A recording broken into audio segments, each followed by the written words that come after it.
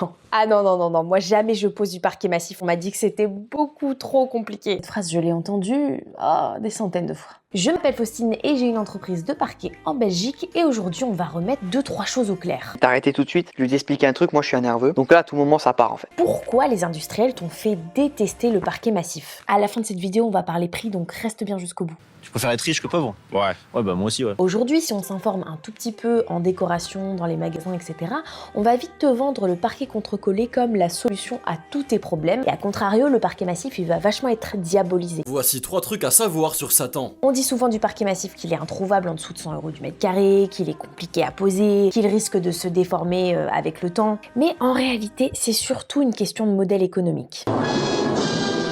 Parce qu'il y a 100 ans, le contre-collé, ça n'existait pas. Donc on posait du parquet massif partout. Et je n'exagère pas en disant que le parquet massif de nos anciens, il restait des dizaines et des dizaines d'années dans la même maison. En fait, le contre-collé, il est arrivé bien plus tard avec l'industrialisation.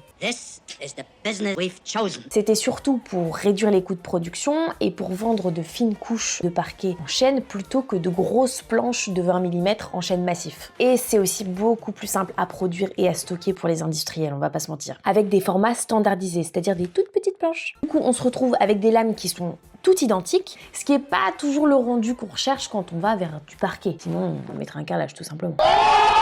Le massif, lui, il se stocke pas comme ça. Et le fait de pas pouvoir produire en masse ou stocker facilement, ça les industriels ils aiment pas trop. Qu'est-ce que c'est que cette mascarade, malheur?